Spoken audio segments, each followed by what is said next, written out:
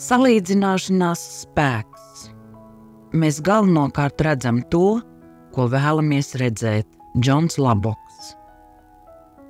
Manā dzīvē ir bijuši brīži, kad esmu jūties tā, ka uz maniem pleciem būtu ne tikai visas pasaules, bet arī visa visuma smagums. Šajos mirkļos bija pārliecināts, ka ļaunāk vairs nevar būt, un ka es esmu visnelaimīgākais cilvēks, kāds jebkad ir dzīvojis. Kādā augstā ziemas dienā viss ar acu mirkļi mainījās. Es vilkos pa pilsētas centru ar nokārtu galvu, būdams pavisam sliktā noskaņojumā. Es tikko biju uzzinājis, ka paaugstinājums amatā, uz kuru biju tā cerējis, ir ticis citam cilvēkam. Sūrs un grūts darbs vesela gada garumā bija kaķim zem astes, un man priekšā rēgojās vēl viens mokošs gads, dreņķīgā amatā, kuru es ciest nevarēju. Ledēnais vējš, kas man sitās sejā, bija kā nežēlīga likteņa pļauka. Vēl ļaunāk šķita tas, ka man bija jāsatiekas ar sievu un jāieskatās viņas cerīgajās un vienmēr atbalsta pilnajās acīs un jāredz kā brīdī, kad viņai stāstu, kad vēl vienu mērķi neesmu sasniedzis, tajās izplēn dzirksts. Mums atkal būs jāmēģina tikt tam visam pāri un jāizdomā, kā saglabāt jumtu virs galvas un nopirkt pārtiku, ja jau šobrīd mūsu ģimenes budžets bija sasniedzis kritisko robežu. Kāpēc gan dzīve ir tik grūta?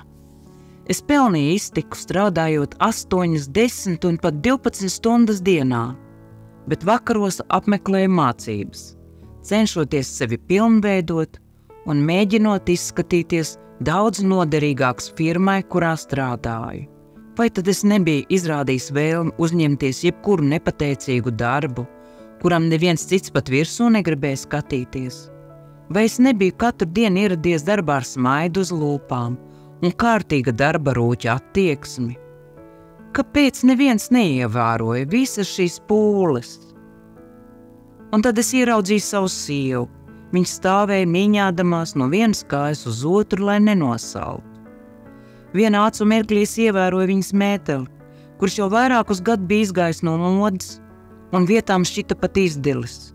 Viņas apavs, kas nebija piemērots šādiem skarbiem laikapstākļiem, un viņas matus, kurus sieva, lai taupītu naudu, bija iemācījusies apgriezt pati. Šī sieviete man atkal būs jābēdina.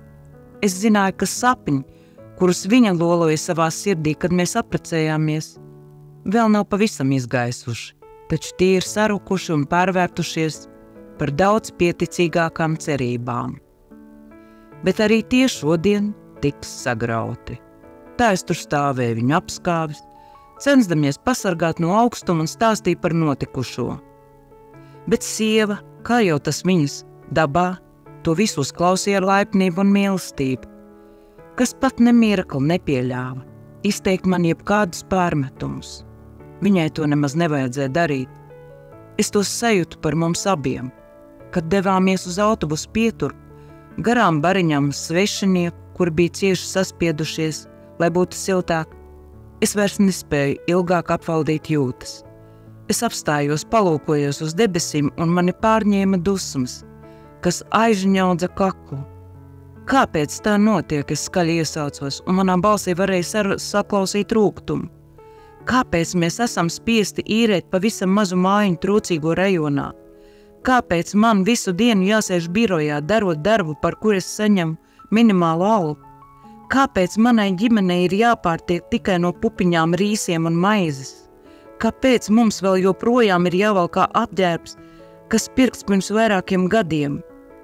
Kāpēc algas dienā Alžman makā ir palikuši tikai pēdējie $5? Kāpēc tā notiek?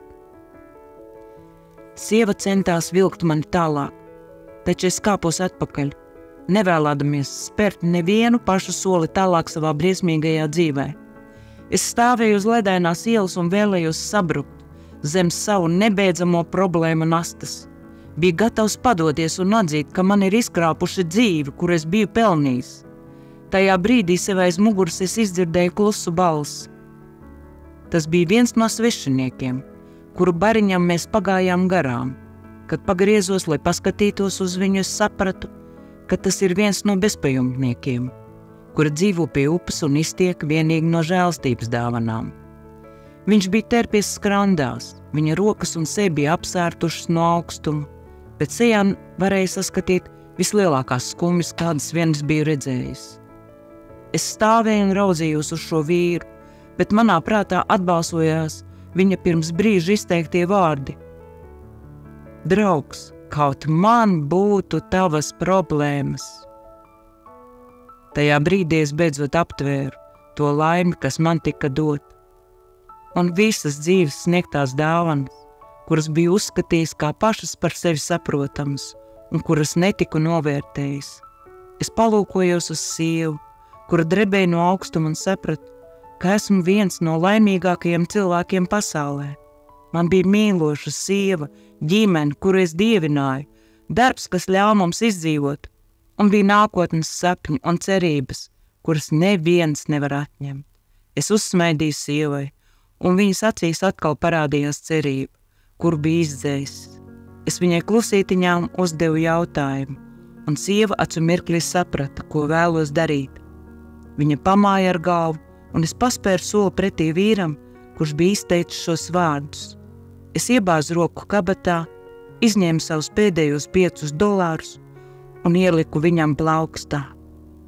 Kad ar sīvroku rokā devāmies tālāk pa ielu, mūsu sirdīs bija ielījis tāds siltums, kas būtu pasargājis mūs pat no vislielākā sala.